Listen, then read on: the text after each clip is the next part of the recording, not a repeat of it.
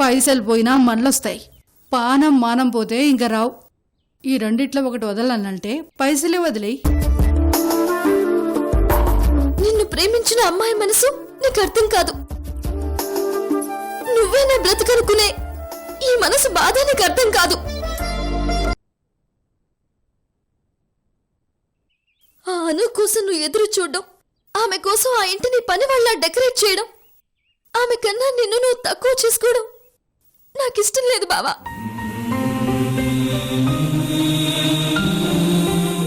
అందుకే అది చూడలేక భరించలేక నీకు చెప్పలేక ఇక్కడికి వచ్చేసా.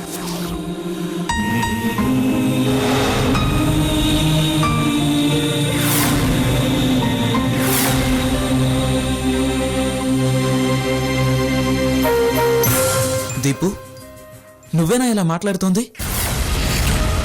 అను నా మావయ్య కూతురు, నీ నాన్న కూతురు, నీకు చెల్లెలు. ఈరోజు మనమందరం ఈ స్థాయిలో ఉండటానికి కారణం సూర్యం మావయ్య. ముఖ్యంగా అనాథలా ఎక్కడో హాస్టల్లో పెరగాల్సిన నిన్ను ఇంత ఇదిగా అల్లారు ముద్దుగా పెంచారు. ఏ లోటు రానివ్వకుండా చూసుకున్నారు, ఇప్పటికీ చూస్తున్నారు. అలాంటి మావయ్య కూతురు వస్తోందంటే సొంత చెల్లి వస్తోందని ఫీల్ అవ్వాలి. ప్రేమగా గుండెల్లో పెట్టుకుని ఆదరించాలి. కానీ ఆస్తి మొత్తానికి వారసురాలు దీపు. నువ్వు మేము ఎంజాయ్ చేస్తున్న ఈ ఆస్తి మొత్తం అనుదే. ఇంత ఆస్తికి వారసురాలయ్యుండి ఇన్నాళ్ళు అనాథలా పెరిగింది. ఇప్పుడు తనే వారసురాలని తెలిసి కూడా తన తల్లిని, పేదరికాన్ని వదిలి రాలేనంది. అలాంటి మనిషి మన మధ్యకు వస్తున్నందుకు ఆనందించాల్సింది పోయి ఇలా ఎందుకు మాట్లాడుతున్నావో అర్థం కావట్లేదు. అసలు తను ఇంతవరకు చూడలేదు, మాట్లాడలేదు. తన గురించి నీకేం తెలుసని, ఏమైందని, ఏం జరిగిందని నువ్వింత నెగిటివ్గా ఆలోచిస్తున్నావు? ఇదేనా నీ చదువు నేర్పించిన సంస్కారం? ఇదేనా నీ బ్రాడ్ మైండ్? అరే, తను నీ చెల్లెలు దీపు. అది ఫీల్ అవ్వాల్సిందే నేను, నువ్వు కాదు.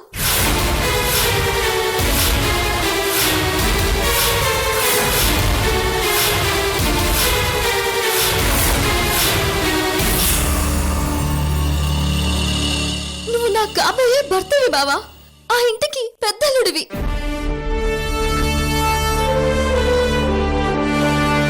సూర్యనారాయణ గారికి, ఆయన వ్యాపారానికి వారసుడివి. అలాంటి నువ్వు పని వాళ్ళ ఆ ఇంట్లో ఆ పూలు కట్టడం, ఆ తోరణాలు కట్టడం, మాటి మాటికి కారొచ్చిందా అని చూడడం, ఆవిడ గారి కోసం పూలు పరచడం అనుకోవడానికి అసహ్యంగా ఉంది. డోంట్ బి సిల్లీ దీపు, అది మన ఇల్లు. అను వస్తోందనేంటి? వీరు బర్త్డేకి మనం డెకరేట్ చేయమా? ఆ మాటకొస్తే మన రెండేళ్లలో ఏ ఫంక్షన్ అయినా అందరం కలిసి సెలబ్రేట్ చేస్తాం. ఈరోజు కొత్తగా మాట్లాడతావేంటి? కొత్త మనుషులు వచ్చినప్పుడు, కొత్త బంధాలు బయటపడినప్పుడు అన్ని విషయాలు కొత్తగానే ఉంటాయి. దీపు, నువ్వు అనవసరంగా అను మీద ద్వేషం పెంచుకుంటున్నావు. నాకు అవన్నీ అనవసరం. నాకు నువ్వు కావాలి. నువ్వు నన్ను మాత్రమే ప్రేమించడం కావాలి.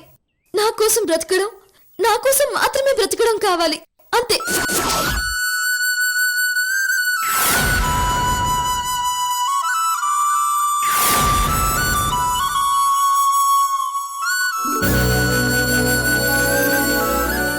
మళ్ళీ కట్టిపడేస్తున్నావు దీపు. ఇప్పుడు మావయ్య గనకొచ్చుంటే ఆయనకి నిన్ను అప్పగించి నిన్ను పెళ్లాడడం నాకు ఇష్టం లేదని, నాకు ఆ ఉద్దేశం లేదని క్లియర్గా చెప్పేసేవాణ్ణి. ఇంతటితో ఈ నాటకానికి తెరపడేది.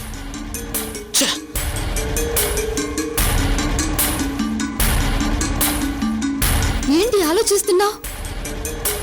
ఏం లేదు, ఇక వదిలే పద. అక్కడ అందరూ మన కోసం వెయిట్ చేస్తున్నారు. మావయ్య వచ్చే టైం అయింది. ఆయన వచ్చాక నువ్వు నేను లేకపోతే అసహ్యంగా ఉంటుంది. అవన్నీ నాకు అనవసరం. ఎవరి స్వార్థం వాళ్ళు చూసుకుంటున్నారు, ఎవరి సేఫ్టీ వాళ్ళు చూసుకుంటున్నారు. నాకు కూడా నా లైఫ్ కి సంబంధించి, నా లవ్ కి సంబంధించి ఓ సెక్యూరిటీ కావాలి. నీకు నిజంగానే పిచ్చెక్కింది. అవి మాట్లాడడానికి ఇదే టైము? ఇదే కరెక్ట్ టైం. తర్వాత ఆ మహారాణి దిగుతుంది. ఆవిడ సేవలో పడి మీరంతా నా విషయం మర్చిపోతారు.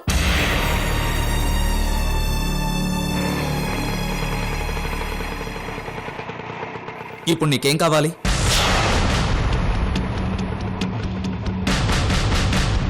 మన పెళ్లి జరిగి తీరుతుందని నువ్వు నన్ను నమ్మించాలి. ఆ నువ్వు నాన్న ఎవరు వచ్చినా ఆఖరికి ఆ దేవుడే అడ్డుపడ్డా మన పెళ్లి ఆపలేరన్న విశ్వాసం నాకు కలగాలి.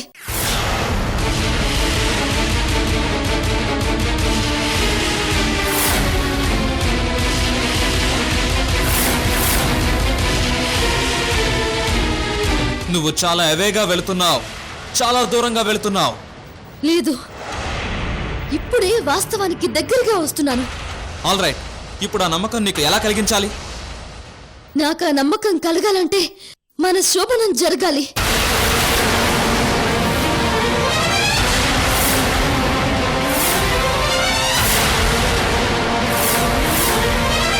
అది కూడా ఇప్పుడే, ఇక్కడే, ఈ ఇంట్లోనే.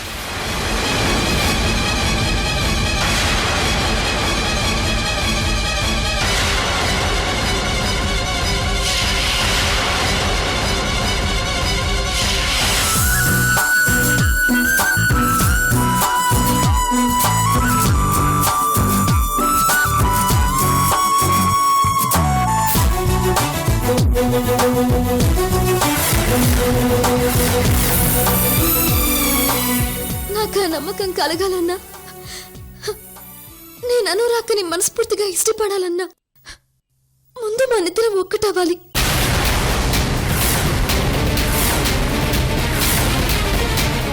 నేను నీ బిడ్డకి తల్లిదవ్వాలి.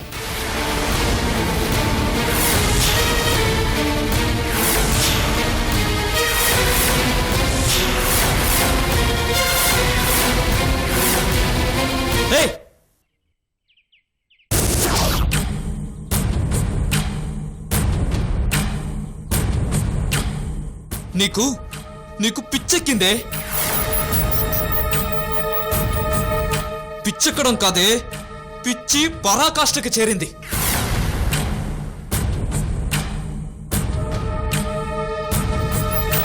అవును, నాకు పిచ్చి.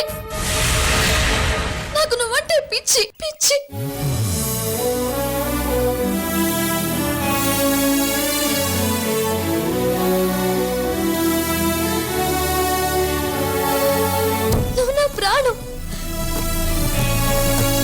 నిన్ను దక్కించుకోవడం కోసం నా ప్రాణాలైనా ఇస్తా, ఎవరి ప్రాణాలైనా తీస్తా.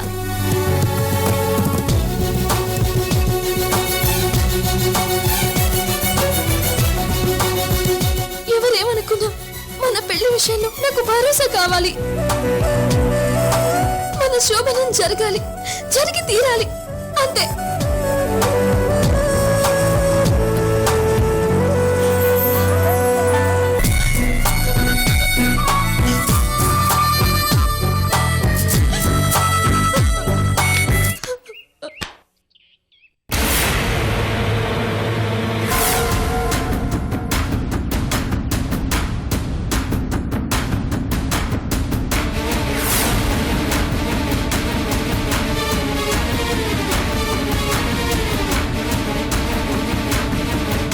చూసావా చూసావా అక్క, దీనికి పిచ్చి పట్టింది. ఇలాంటి పిచ్చి కాదు. ఏంటో తెలుసా, దీనికి ఇప్పుడు కడుపు కావాలంట.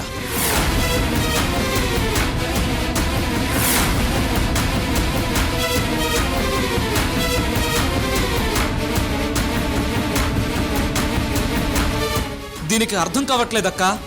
ఇదేం కోరుకుంటుందో దానికే అర్థం కావట్లా.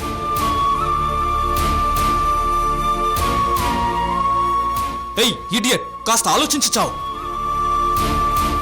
నిన్ను ఏంట్రా ఇది? ఆగు. ఏంటక్క ఆగేది? కడుపు కోరుకోవడం ఏంటక్క? అది పెళ్లి కాకుండా భర్త పక్కన లేకుండా కడుపు తెచ్చుకుంటావా?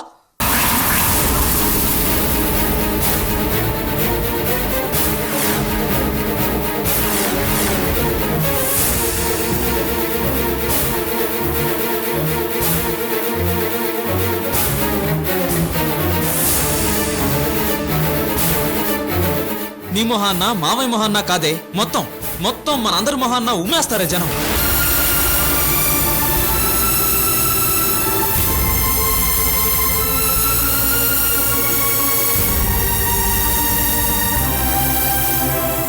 పెళ్ళైన తరువాత గర్భవతి అంటే ఎంత గౌరవిస్తారో పెళ్లి కాకముందు కడుపు అంటే అంతలా కాండ్రించుమేస్తారు.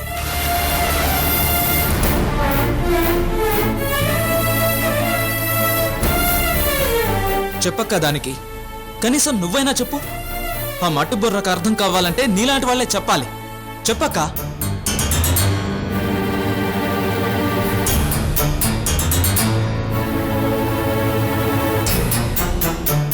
ఏయ్, అక్కలాంటి వాళ్ళని చూసైనా నేర్చుకోవే ఎలా బ్రతకాలి, ఎలా ఉండాలి అని.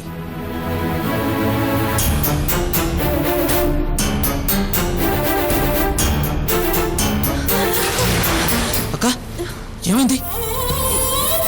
ఏం లేదురా, ఏం లేదు. ఏదో కాస్త తల తిరిగినట్టయి. I'm all right. సరే, నువ్వు బయలుదేరి వెళ్ళు. దీనికి నేను నచ్చజెప్పి తీసుకొస్తాను. దానికి కాస్త క్లియర్గా చెప్పక్క.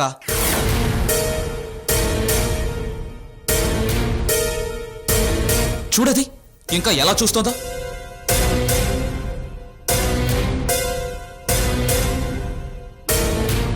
నువ్వు వెళ్ళరా, వెళ్ళమన్నానా? నేను మాట్లాడతాను కానీ నువ్వు వెళ్ళు.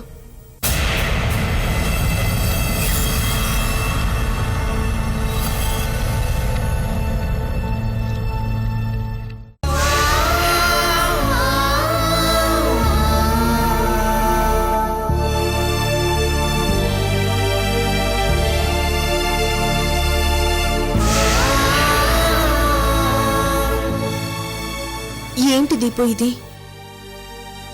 కడుపు అన్నది చిన్న వ్యవహారం అనుకున్నావా?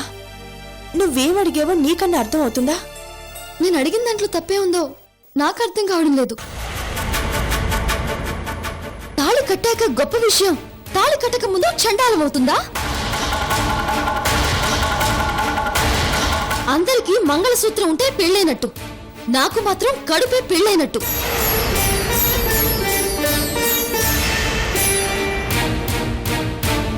చరిత్రలో పెళ్లి అవకాశం లేని వాళ్ళెవరూ పెళ్లికి ముందు బిడ్డల్ని కనలేదా? వాళ్ళలో ఎంతమంది గొప్ప వాళ్ళయ్యారో నన్ను లెక్క చెప్పమంటావా?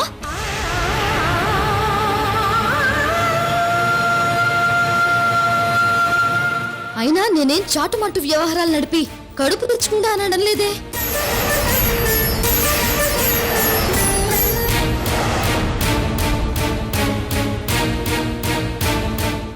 నాకు నచ్చిన వాడితో నన్ను పెళ్లాడతానని అందరి ముందు ధైర్యంగా చెప్పిన వాడితో బిడ్డని కంటా అంటున్నా. తప్పేంటి?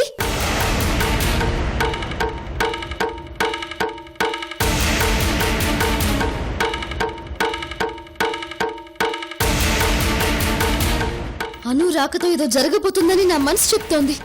వీరు రాకతో ఆస్తి పోయింది. ఇప్పుడు అను రాకతో నేను ప్రాణంగా ప్రేమించిన బావ దూరం అయిపోతాడనే భయం నాకుంది.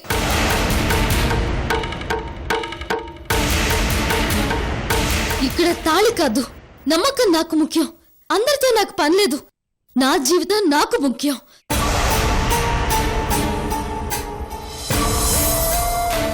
నా బావ నాకు దక్కాలంటే అదొక్కటే దారి. నీ కోణంలో అది నిజమే కావచ్చు దీపు, కానీ ఒక్క విషయం. దాన్ని ఏమంటారు? చెట్టు. దీన్ని ఇల్లు. ఏ దాన్ని చెట్టు దీన్ని ఇల్లు అనకూడదని రూల్ ఏమన్నా ఉందా? మనం అంటాం, అందరూ అనాలిగా. మనం ఒక్కళ్ళవే అంటామంటే నడవదుగా. అందరికీ అర్థం కావాలి, యాక్సెప్ట్ చేయాలి. ప్రతి దానికి ఓ పద్ధతి ఉంటుంది కదా. మరి అదే పద్ధతి ఈ విషయంలోనూ ఉంటుందని నువ్వెందుకు అనుకోవడం లేదు దీపు?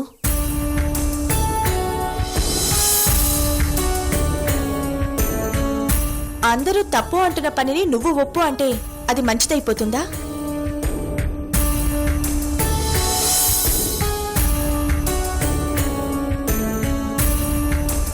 ఇందాక నువ్వందే నిజం దీపు. మన సొసైటీకి ఓ పద్ధతి ఉంది, కొన్ని కట్టుబాట్లు మంచి చెడు ఉన్నాయి. మనకు నచ్చిందని సొసైటీ వద్దన్న పని చేయలేం, చేయకూడదు కూడా.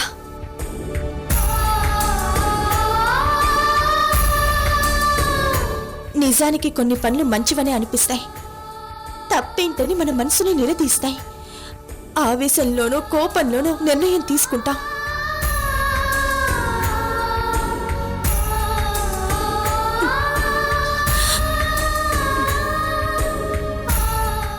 సరిదిద్దుకోలేని తప్పులు చేస్తుంటాం. నువ్వలా కావద్దని, నీ బతుకలా కాకూడదని నేను ఇంతలా చెప్తున్నాను దీపు. అను మీదున్న అపనమ్మకంతో, వృత్తి మీదున్న విపరీతమైన ప్రేమతో తప్పుడు నిర్ణయాలు తీసుకుంటున్నావు.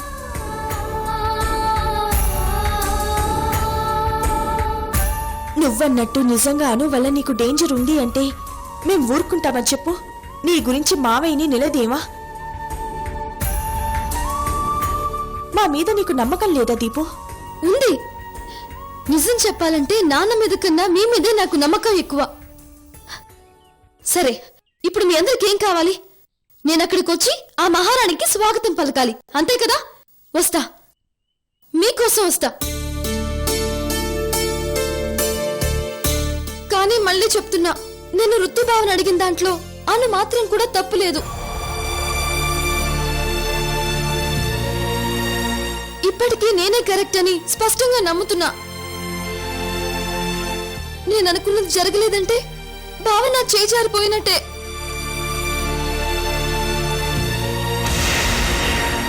నా పంతం ఎలా నెగ్గించుకోవాలో నాకు బాగా తెలుసు.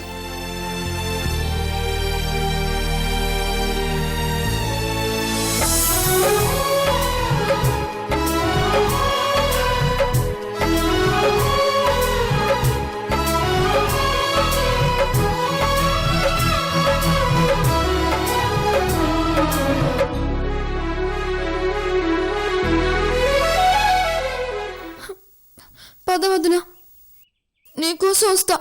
పద పద.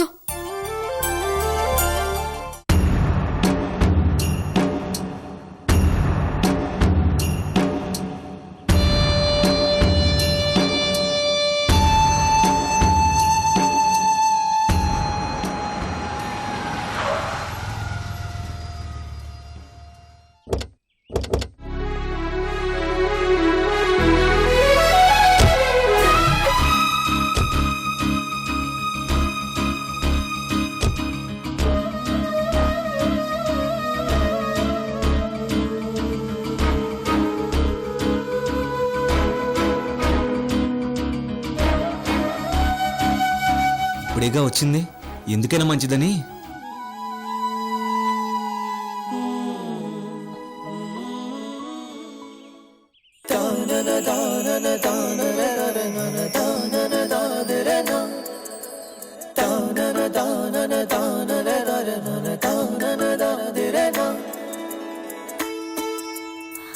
వావ్, అను అచ్చుగుద్దినట్టు అలఖ్యతలాగానే ఉందే.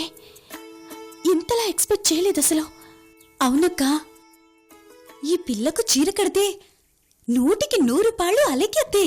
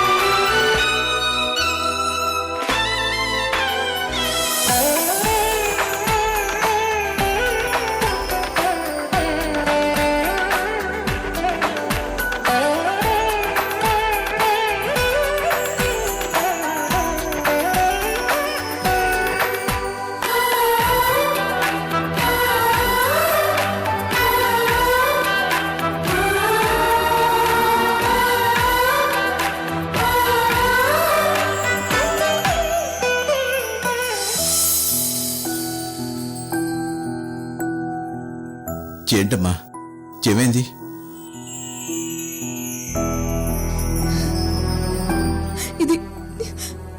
ఇది నా ఇల్లు కదా నాన్న?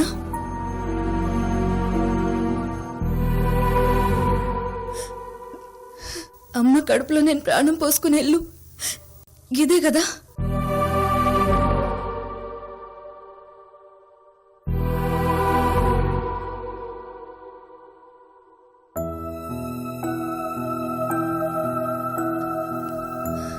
అమ్మా,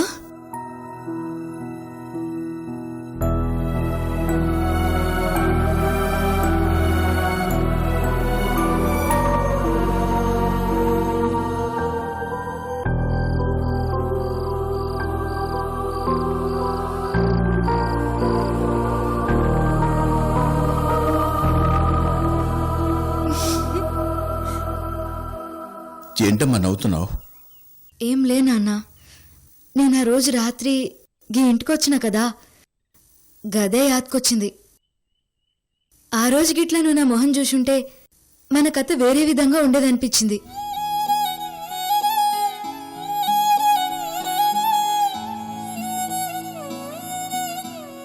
నమస్తే మేడం.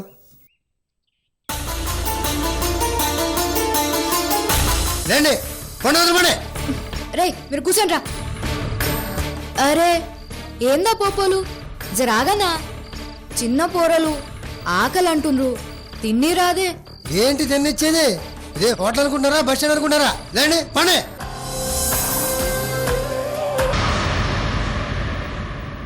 నమస్తే మేడం.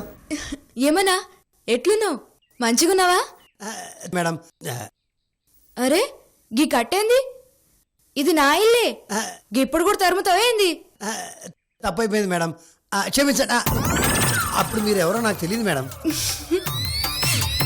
ఏ ఫికర్ చేయకు, మజాక్ గన్నా గంతే.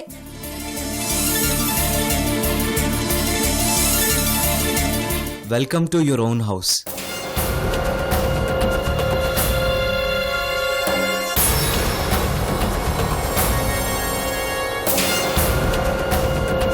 అరే లుచ్చాగా, నువ్వు గీడప్పుడు వచ్చినావురా?